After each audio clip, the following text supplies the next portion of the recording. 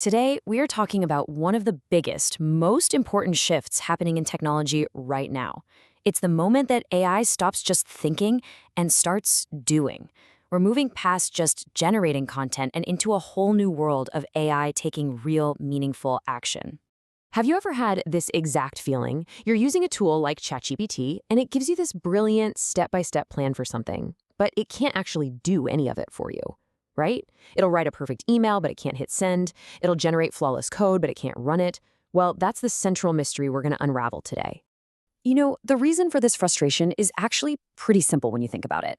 Most of the AI we use is like a brilliant brain with no body. It's completely trapped, totally disconnected from the world. It can think, it can talk, but it can't act.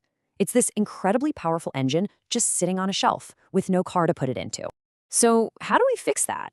How do we connect that amazing brain to the digital world so it can finally start doing things? Well, that brings us to the first major breakthrough we really need to get our heads around. Okay, first, let's start with what we all know. This is generative AI. It's the cognitive engine we're all so familiar with. But at its core, it's totally passive. It waits for you to give it a prompt, it gives you a response, and then poof, its memory is basically wiped. It's cut off from real-time info. This is our brain in the vat. And here is the giant leap forward. An AI agent takes that generative brain and gives it a body. It's a whole system now, one that can actually perceive the digital world, reason about what it's seeing, and then, this is the crucial part, take action. It's not just thinking anymore, it's doing. So what is this body made of? Well, it's not just one thing. It's a few key components working together.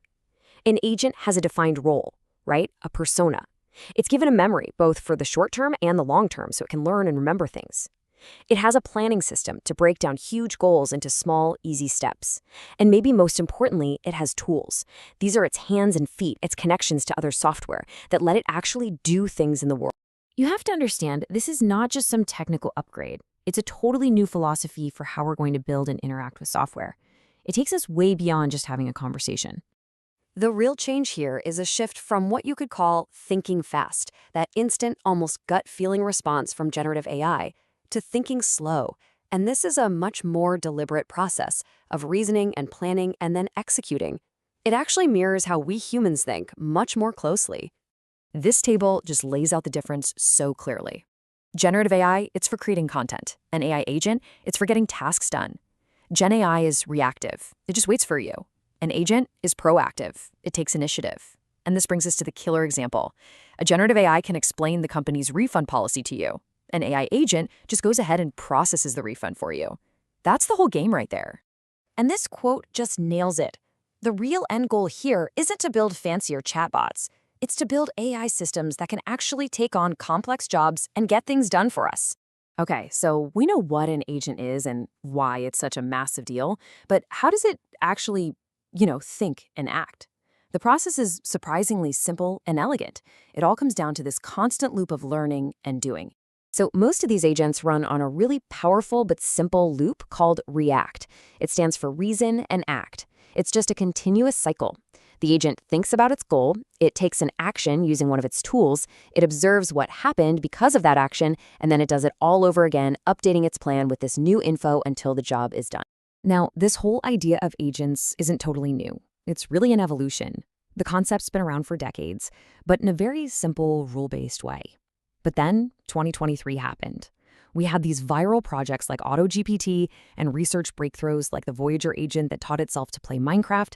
And that's when we saw what's possible when you combine this old idea with these new powerful LLMs.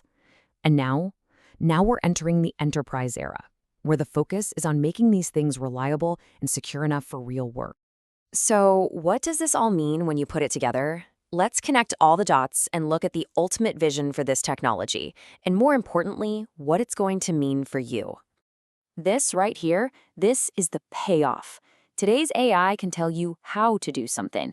Tomorrow's AI will just do it. And that shift from being an informational tool to a transactional one, that changes everything. It's about taking all the friction out of our daily lives so we can focus on what actually matters. And we're going to feel this impact everywhere. I mean, in software, you'll have agents that write their own code and fix their own bugs. In logistics, they'll proactively reroute shipments because of bad weather. In finance, they'll audit expenses with a kind of contextual understanding that was just impossible before. This is a fundamental change across every single industry. So what's the ultimate goal of all of this? It's something people are calling invisible AI, or zero UI. The idea is that you won't even need to ask. The AI will just work quietly in the background, anticipating what you need and taking action.